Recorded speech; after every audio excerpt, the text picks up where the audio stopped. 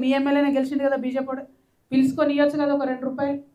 భారతీయ జనతా పార్టీకి తెలంగాణ అంటే పట్టి లేదనడానికి ఇది పెద్ద నిదర్శనం. ఇంతకన్నా పెద్ద కష్టం ఏమొస్తుంది?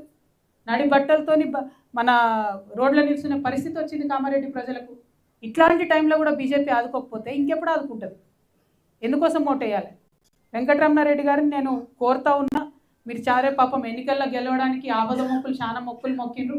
నేను వాటి గురించి అడుగుతలేను. అది అడిగితే మీ ఆస్తులు అమ్ముకొని గుళ్ళు గోపురాలు కట్టియాల్సి వస్తుంది మీరు. ఎందుకంటే ప్రతి వాడకట్లో మీరు ప్రామిస్ చేసిరు. సరే, అవన్నీ పక్కన పెడితే మీరు యుద్ధం చేయండి ప్రభుత్వం మీద, కావాల్సినవి తెప్పియండి. ఏదైతే ముఖ్యమంత్రి గారు ఇక్కడ నుంచి పోటీ చేసి ఓడిపోయిండో ఆయన ఇచ్చిన మాటలు నిలబెట్టనియండి, దానికోసం పోరాటం చేయండి. ఎందుకోసం చేస్తలేరు? ఎందుకు కాంప్రమైజ్ అవుతారు మీరు? వెంకటరమణారెడ్డి గారు, మీరు బీజేపీ వాళ్ళతో కొట్లాడి నిధులు తేవాలి, కాంగ్రెస్ వాళ్ళతో కూడా కొట్లాడి నిధులు తేవాలని చెప్పి నేను డిమాండ్ చేస్తూ ఉన్నా. అదేవిధంగా మరి కామారెడ్డికి చాలా ప్రత్యేకత ఉన్నది. ఎందుకోసం ప్రత్యేకత ఉన్నది?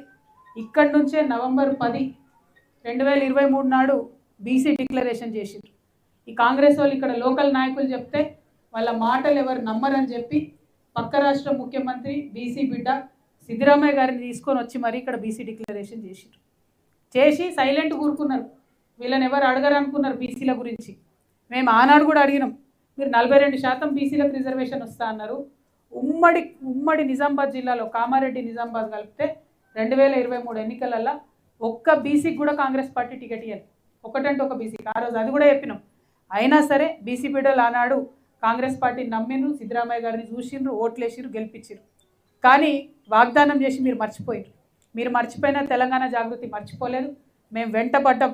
మీరు పూలే విగ్రహం పెట్టాలని అడిగినాం. మీరు అమ్మ సావిత్రిబాయి పూలే యొక్క జన్మదినం అఫీషియల్గా చేయాలని అడిగినాం.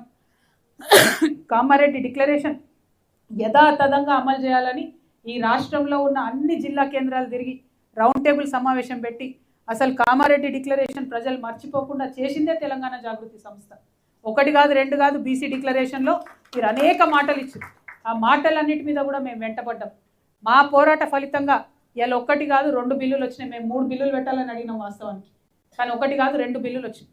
ఆ 2 బిల్లులు వస్తే అవి ప్రెసిడెంట్ దగ్గర ఇరుక్కున్నాయి. మళ్ళీ మేము వార్నింగ్ ఇచ్చినాం బీజేపీకి, కాంగ్రెస్కి, మీరు కనుక ఖచ్చితంగా ఆర్డినెన్స్ తీసుకొచ్చి బీసీలకు 42% రిజర్వేషన్ ఇవ్వకపోతే రైలు రోకో చేస్తామని చెప్పిన మానాడు. చేస్తామని చెప్తే తెల్లారి కల్లా గవర్నమెంట్ ఆర్డినెన్స్ పెట్టింది. ఆ ఆర్డినెన్స్ మళ్ళా గవర్నర్ దగ్గర ఆగిపోయి ఉన్నది. కాబట్టి ఈ అంశాలన్నిటి మీద కూడా సీరియస్గా ఫైట్ చేస్తున్నాం. ఖచ్చితంగా బీజేపీ మీద కొట్లాడతాం, కాంగ్రెస్ మీద కొట్లాడతాం. బీసీ బిల్లు సాధనలో మేము ముందుంటామని ఈ సందర్భంగా నేను తెలంగాణ ప్రజలందరూ కూడా తెలియజేస్తూ ఉన్నాను. అదేవిధంగా బీసీ డిక్లరేషన్ అంటే కేవలం రిజర్వేషన్ కాదు, ఎంబీసీలకు మినిస్ట్రీ ఇస్తామన్నారు. ఇంతవరకు దాని జోలికే పోలే. మినిస్ట్రీ పక్కన పెట్టండి, ఎంబీసీలలో వచ్చేటటువంటి పాపం నాయి బ్రాహ్మణులు, వాళ్ళకు అంతకుముందు ఉన్న గవర్నమెంటు సెలూన్లల్లో ఫ్రీ కరెంట్ ఇస్తుండే, రజక సోదరులు ఉంటే వాళ్ళకి ఫ్రీ కరెంట్ ఇస్తుండే.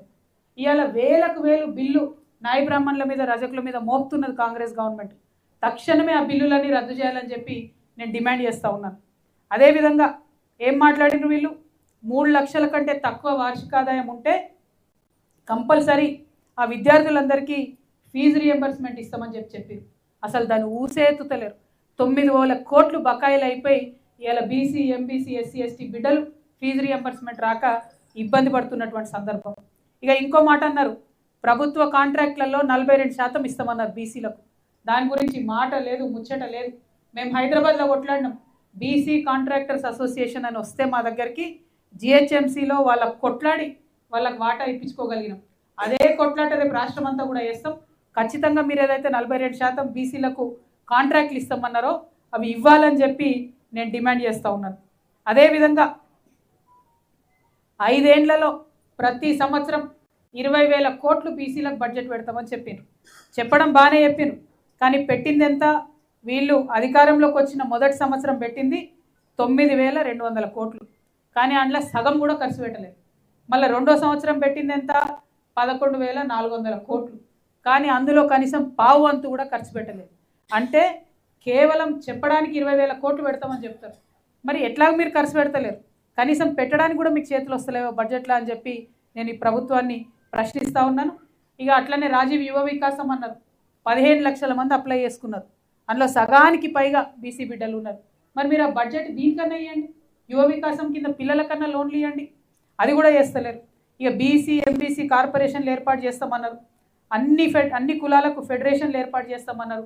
ఈ 2 ఏళ్లలో ఒక్క దగ్గర నుంచి కూడా ఏ ఫెడరేషన్ నుంచి ఏ కార్పొరేషన్ నుంచి బీసీలకు కానీ ఎంబీసీలకు కానీ ఒక్కటంటే ఒక్క రూపాయి కూడా ఈ ప్రభుత్వం ఇవ్వలేదు. వాటిని యాక్టివేట్ చేయాలి, వాటిని ఆర్థికంగా బలోపేతం చేయాలని చెప్పి నేను డిమాండ్ చేస్తూ ఉన్నాను. అదేవిధంగా మరి మనందరికీ తెలుసు, తెలంగాణ మనం కొట్లాడి తెచ్చుకున్నదే నీళ్ళ కోసం. ఈ కామారెడ్డి జిల్లాలో జుక్కలు ఉంది, జుక్కల్లో నిజాం సాగర్ ప్రాజెక్ట్ ఉన్నది, కానీ జుక్కలకి దాంతో ఏం లాభం లేదు. జుక్కలకి దేంతో లాభం అవుతుంది? అయితే లెండి కట్టాలి. ఇప్పుడు ఆ లెండికి మహారాష్ట్రకు తెలంగాణకు పంచాయతీ ఉంది, చాలా ఏళ్ళ నుంచి అది పెండింగ్ ఉంది. ఇప్పుడిప్పుడు మహారాష్ట్ర సైడ్ ఏదైతే భూమి సేకరించాలనో దాని మీద కొద్దిగా కదలికున్నట్టు తెలుస్తుంది, కానీ అది ఎన్నేళ్ళు పడుతుందో తెలియదు.